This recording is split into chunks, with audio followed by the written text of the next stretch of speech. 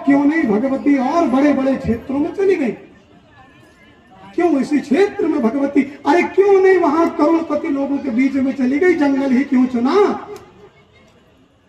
बंधुओं, इसकी बड़ी महिमा है, वो बड़ी चर्चा।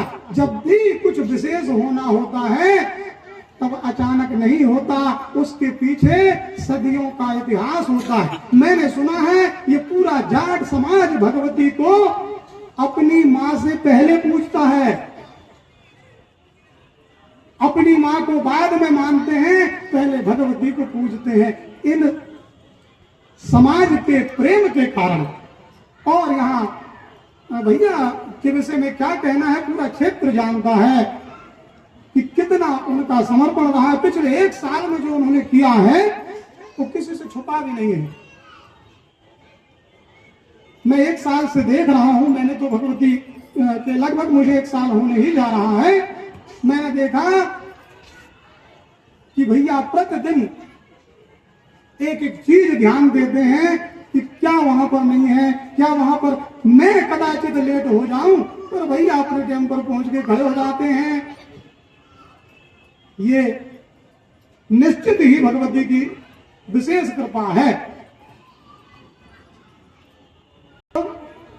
ऐसा मैंने सुना, एक रोज की बात है कि हमारे भैया जो हैं किसी कारणवश घर से दुखी होकर के और यहीं पर आकर के लेटे हुए थे।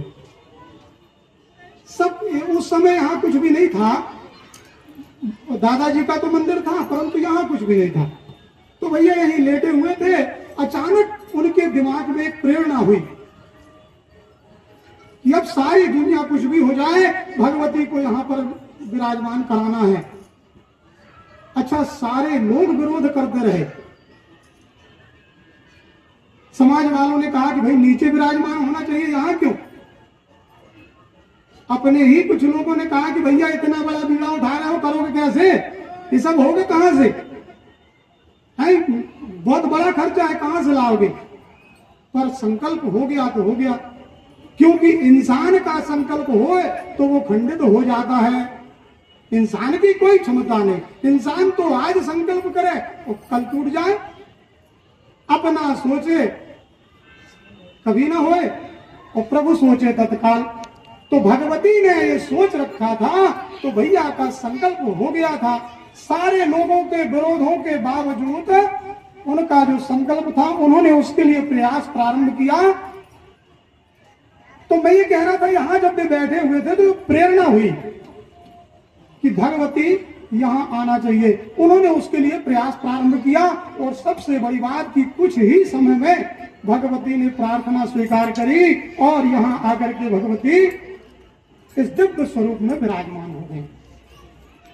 आज हमारे यहाँ पर बड़ी दूर दूर से भक्तगण भगवती के दर्शनों को आते हैं और मैंने तो ये भी देखा कि जितने भी आए खाली कोई नहीं गया।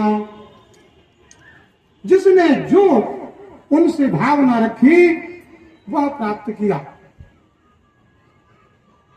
कभी यहां से कोई, इतने दिनों में तो मैंने नहीं देखा कि कोई निराश होकर के लौट गया हो कि भाई हम मंदिर गए और हमें कुछ नहीं मिला।